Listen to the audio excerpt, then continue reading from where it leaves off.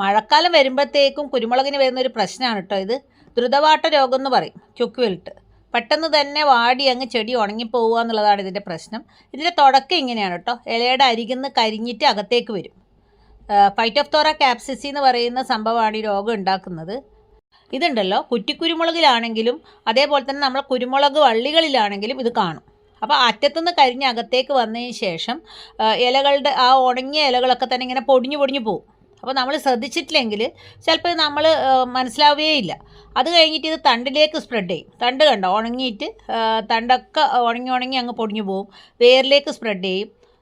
പെട്ടെന്ന് തന്നെ ചെടി മൊത്തത്തിൽ വാടിപ്പോവും. അപ്പോൾ ഈ രോഗം ഉണ്ടാക്കുന്നത് ഈ കുമിളുകൾ നമ്മളെ മണ്ണിൽ ധാരാളമായിട്ടുണ്ട്. അതായത് ഈ ഫൈറ്റോഫ്തോറ എന്ന് പറയുന്ന സംഭവം ഉണ്ടല്ലോ, കേരളത്തിലെ മണ്ണിൽ ഭയങ്കര കൂടുതലായിട്ട് കാണുന്ന ഒരാളാണ്.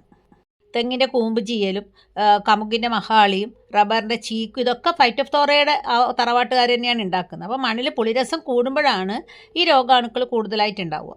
അപ്പോൾ മണ്ണിൻ്റെ പുളിരസം കളയാൻ വേണ്ടിയിട്ട് പൊടിഞ്ഞ കുമ്മായം ചേർത്ത് കൊടുക്കണം. അത് ഏത് വിളകൾക്കാണെങ്കിലും ചേർത്ത് കൊടുക്കണം. കുരുമുളകിനെ സംബന്ധിച്ചിടത്തോളം ഒരു ചുവട്ടിലേക്ക് 1/2 കിലോഗ്രാം പൊടിഞ്ഞ കുമ്മായം എന്നാണ്. മണ്ണ് അധികം വേര് മുറിയുന്ന പോലെ ഇളക്കാതെ വേണം ചേർത്ത് കൊടുക്കാൻ. അപ്പോൾ ചേർത്തതിന് ശേഷം 15 ദിവസം നന്നായി നനച്ചു കൊടുക്കുക.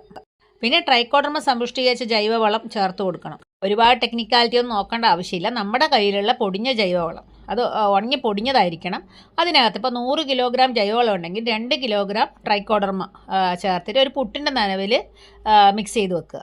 അപ്പോൾ ആവശ്യത്തിനുള്ള ഈർപ്പം അവിടെ ഉണ്ടാവണം. ഇനിയിപ്പോൾ ട്രൈക്കോഡർമ ഇല്ലെങ്കിൽ സൂഡോമോണാസ് ആയാലും മതി, അല്ലെങ്കിൽ PGPR 2 ആയാലും മതി. ഇത് നന്നായി മിക്സ് ചെയ്ത് വെച്ചതിന് ശേഷം 15 ദിവസം കഴിയുമ്പോഴത്തേക്കും ഈ ചാണകപ്പൊടിക്കകത്ത് അല്ലെങ്കിൽ നമ്മുടെ കയ്യിലുള്ള കമ്പോസ്റ്റിനകത്ത് ഈ ട്രൈക്കോഡർമ നന്നായിട്ട് വളർന്നിട്ടുണ്ടാവും. ഇതായിരിക്കണം നമ്മളെ കുരുമുളകിന് കൊടുക്കേണ്ട ജൈവവളം. ഇതുണ്ടല്ലോ, 6 മാസത്തിലൊരിക്കൽ 5 കിലോഗ്രാം എങ്കിലും ഒരു ചോട്ടിൽ ചേർത്ത് കൊടുക്കണം. അങ്ങനെ വരുമ്പം വേരിനോട് ചേർന്ന് വരുന്ന ഈ രോഗാണുക്കളെ നശിപ്പിക്കാൻ ഇതിന് പറ്റും. അപ്പോൾ അങ്ങനെ വരുമ്പോഴത്തേക്ക് അവിടെ ഒരു പ്രതിരോധ വലയം ഉണ്ടാവും.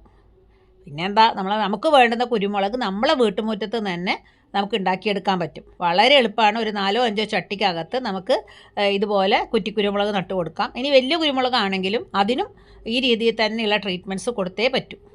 നമ്മുടെ മുറ്റത്തിന് ചുറ്റും ഒരു 4-5 ചെടിച്ചട്ടിക്കകത്ത് ഈ കുറ്റിക്കുരുമുളക് നട്ട് കഴിഞ്ഞാൽ കാണാനും നല്ല ഭംഗിയാണ്. അങ്ങനെ വരുമ്പോഴത്തേക്കും നമ്മൾ ദിവസം ശ്രദ്ധിക്കുകയും ചെയ്യും. അപ്പോൾ ഒരു വീട്ടിലേക്ക് ആവശ്യമായിട്ടുള്ള കുരുമുളക് എളുപ്പത്തിൽ ഉണ്ടാക്കിയെടുക്കാൻ പറ്റില്ലേ?